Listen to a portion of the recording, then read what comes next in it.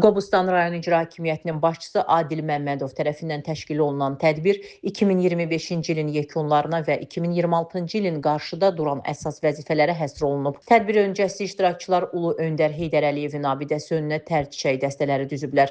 Daha sonra Qobustan rayon Gənclər Evinin foyesində yaradılan sərgiyə baxış keçirilib. Hesabat yığıncağında Milli Məclisin deputatı Şahin Seyidzadə, hüquq mühafizə orqanlarının rəhbərləri, şəhid ailələri və ictimaiyyət nümayəndələri iştirak ediblər.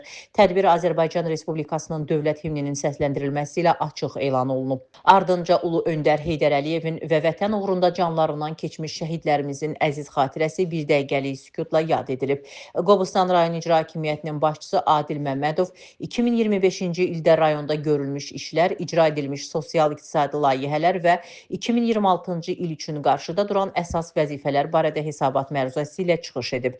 Yığıncaqda çıxış edən Milli Məclisin deputatı Şahin Seyidzadə rayonda aparılan abadlıq və quruculuq işlərini, həmçinin icra olunan sosial layihələri yüksək qiymətləndirilib. Yeni Azərbaycan Partiyası Qobustan rayon təşkilatının sədri Qasım Qasımov isə rayon rəhbərliyinin şəhid ailələrinə göstərdiyi diqqət və qayğıya, həyata keçirilən layihələrə görə minnətdarlığını bildirib. Sonda hesabat yığıncağında Azərbaycan Respublikasının prezidenti cənab İlham Əliyevə müraciət qəbul olunub. Könül Kazımova, Rafiq Həsənov, Fərid Niftullayev, Həcər Həsənova bugün informasiya proqramı üçün.